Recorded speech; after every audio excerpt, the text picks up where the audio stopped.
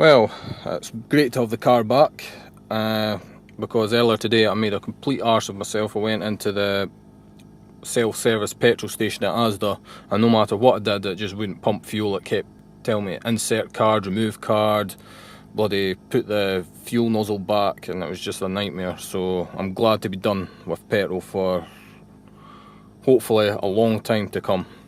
So here's what needed to be done. So I told them what was wrong, so that's what all this is. So what we've got here is customer concern over range extender not starting, drivetrain warning displayed, carried out checks of control unit memories, various historic fault codes logged, deleted logged codes, performed engine start with ISTA-D program, which I've used myself, and reload control unit memories. And then they replaced the oxygen sensor before the catalytic converter, put £10 of fuel in it, and there were still fault codes after they'd done that, so they raised a case and they checked the fuel pump relay. So they removed the relay, opened it up, and found that the contacts inside the relay were burnt, and they swapped with an adjacent relay, so that maybe there's a spare relay sitting in the car somewhere. And I think those relays for the fuel pump are inside this area somewhere or up under there, because when I start the range extender I often hear relays sort of inside this sort of area. So let's see, the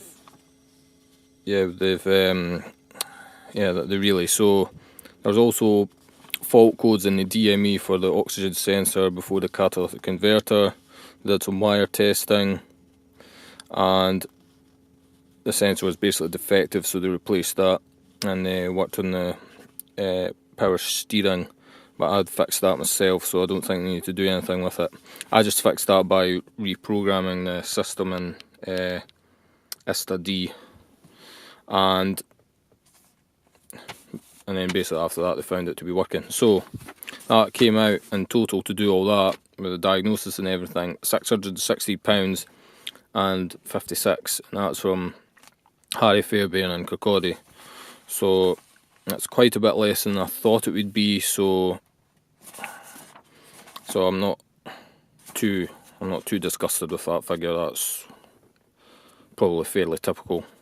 Now if you imagine that a gearbox went on a normal car or something else, you'd be looking at a far larger bill than that. So all I need to do basically is get 2 Bridgestone tyres for the rear, because this car just burns through tyres, especially the rear ones. So I get about a year of use, about 12,000 miles per set of tyres. So I've had the car realigned as well, and that hasn't made much difference. So what I'm going to do is go back to Bridgestone tyres and see if they last any longer. So yeah, it's just brilliant to have it back. When I first got in it, I was reaching for a gear stick that wasn't even there, so it was this Mini I had, and I really do like the Mini. It handles brilliantly, but I like everything apart from the fuel source.